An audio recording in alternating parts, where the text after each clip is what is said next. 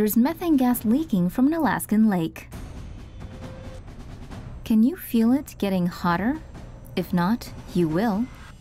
Researchers have discovered a lake in Alaska that is bubbling due to methane emissions. In a feature for the Washington Post, according to Katie Walter Anthony, an associate professor at the University of Alaska Fairbanks, the bubbles in Lake Essia are being caused by methane gas release.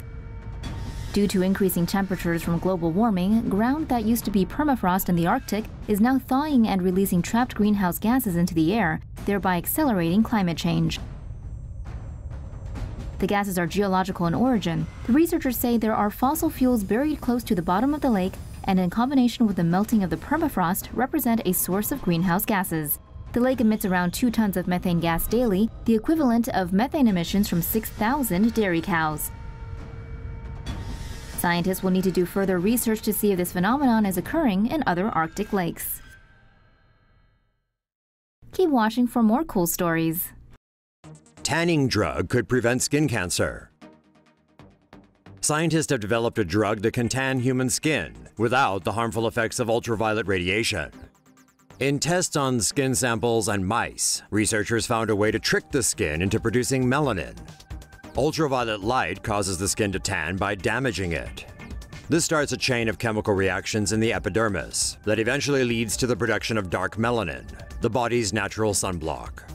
Researchers have developed a drug that, when applied to the skin, triggers the process of producing melanin without the need for UV light. Tests of the drug were conducted on mice before they were experimented on samples of human skin. Even without exposure to UV rays, the human skin cells darkened as they would when exposed to sunlight. The study also showed melanin produced from being triggered by the drug was able to block harmful UV rays. The drug still needs to go through more safety testing and is not yet ready for commercial use. Researchers eventually hope to combine their drug with sunscreen to provide maximum protection from the sun. Large predators are reclaiming lost hunting grounds. Yay for large predators, unless you're unlucky enough to get eaten by one.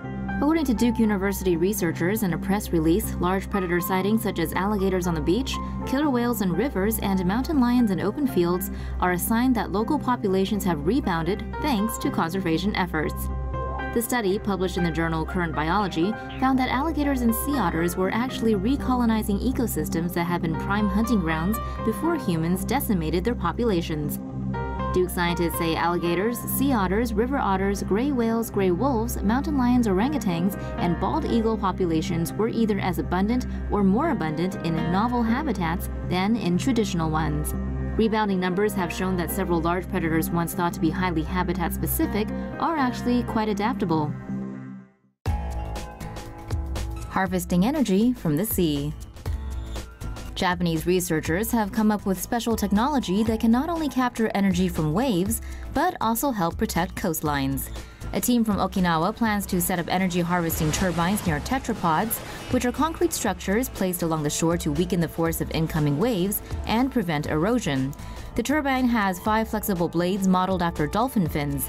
It's supported by a stem that's anchored to the seafloor with mooring cables, which, like the blades, is flexible and can bend under pressure.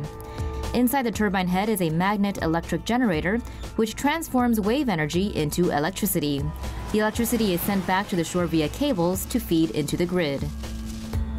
Using turbines on just 1% of Japan's coastline can generate roughly 10 gigawatts of energy, equivalent to about 10 nuclear power plants. Apart from tetrapods, the turbines can also harness electricity near coral reefs. They're built to be safe for marine life, with blade speed carefully calibrated so that any animals caught in them can escape unharmed. The team is currently preparing to install 2 half-scale model turbines that will power LEDs as part of a commercial demonstration. Detecting tsunamis early. Mathematicians may have devised a way to calculate the size and force of a tsunami well in advance, using underwater sound waves. A tsunami is a series of waves caused by the displacement of a large volume of water. Waves can surge as high as 100 feet and devastate coastal areas. Tsunamis are mainly caused by underwater earthquakes and are currently detected using pressure sensors and buoys. However, the system relies on a tsunami physically reaching a buoy to trigger an alarm. Scientists at Cardiff University in Wales have found that an early warning system can be developed by using a hydrophone to record acoustic gravity waves radiating from an earthquake. The waves carry information about the earthquake and can be used to determine the characteristics of a forthcoming tsunami, allowing for early detection. In the future, the team aims to be able to activate a tsunami alarm in near real time, within seconds of recording the signals. Floating Atlantic wind farm could meet the world's energy needs. Would you believe it if we told you the entire world could be powered by a wind farm in the Atlantic? We're not blowing hot air here.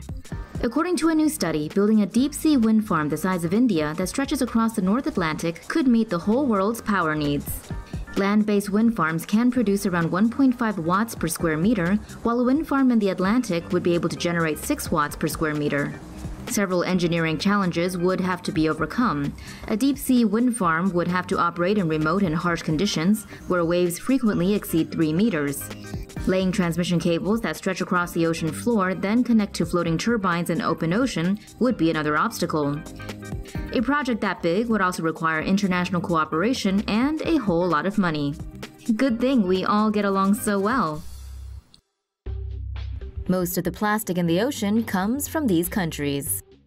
Plastic waste is slowly but surely taking over the world's oceans, and the bulk of them apparently comes from just 5 Asian countries. A study from Ocean Conservancy estimates that 55 to 60% of plastic polluting the oceans comes from 5 countries: China, Indonesia, Philippines, Thailand, and Vietnam. Uncollected and mismanaged waste on land accounts for about 80% of the 8 million metric tons of trash that flow into the oceans each year. Environmental organization Greenpeace claims corporations are also at fault for selling products in single-use plastic packaging, especially in so-called sachet economies like the Philippines. Various studies have shown that plastic pollution negatively impacts marine animals and may be indirectly affecting humans through the food chain. Fortunately, improving waste management practices in the 5 countries can result in a 45% reduction of global plastic waste leakage by 2025. In tackling plastic pollution, everyone has a role to play. From governments and big conglomerates to the people on the street, every bit helps.